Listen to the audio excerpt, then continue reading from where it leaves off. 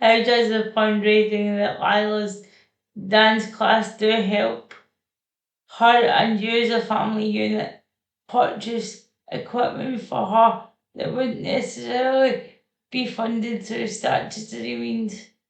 So they've always fundraised. They do a Christmas fundraiser, and when they do their show, they do a fundraiser. And the first maybe year or two that we were at dancing, it was for different. They might do like breast cancer research or Marie Curie or whichever charity it was that was close to the organisers' hearts at that point.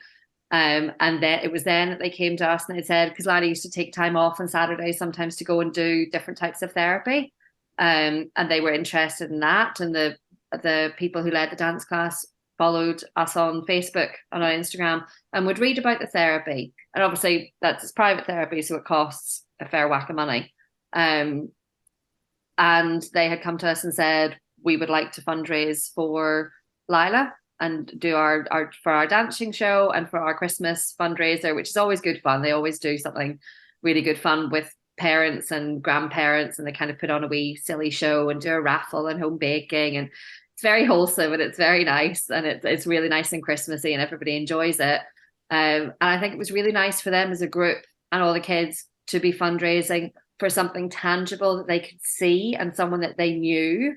I think that became really quite important within that dance class, and within that community, because it is a small dance class on a Saturday or Wednesday. It's not a huge business.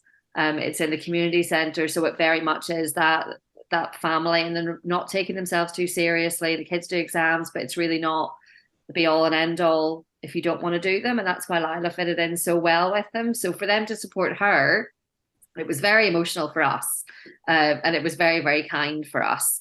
And Lila gets very emotional whenever they do it as well. Then they have you go in one day and they hand you over a big check or a wad of money in an envelope, and they take your picture with all the kids. And Lila, every single time they've done it, always bursts into tears because the attention's all on her and it's all about her, and she's not that keen on that. But I think that for everybody in that class having that connection, it's meant that we could do private therapy, especially when she was a bit younger, which really benefited. And most recently, they fundraised. We used the fundraising money to put towards an all-terrain wheelchair for Lila, which we were then able to go to social work and asked to use some of our outstanding SDS money, which we always use for personal assistance.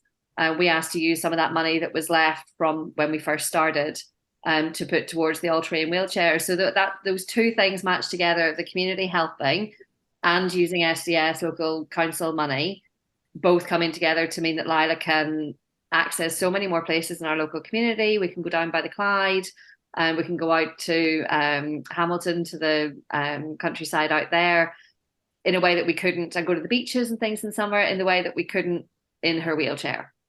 So it was a really nice example of the two things coming together, that it doesn't have to be all or nothing, that that both came together in a really nice way to support Lila to be able to access her life, which was brilliant. Honestly, one of the leaders or the dance teachers' fathers had a big heart attack last year, the year before, and was very unwell with it. And I said to her that year, when she said about the fundraiser, oh, we need to start thinking about the fundraiser. And every year I'd said to her, listen, you don't have to do it for Lila every year. You know, don't feel because you started now you can't stop. If you want to do it for chest, heart, and stroke for your dad, then do that. You know, we will not be offended. We will not be in any way upset about that at all. You know, please don't think you have to keep doing this.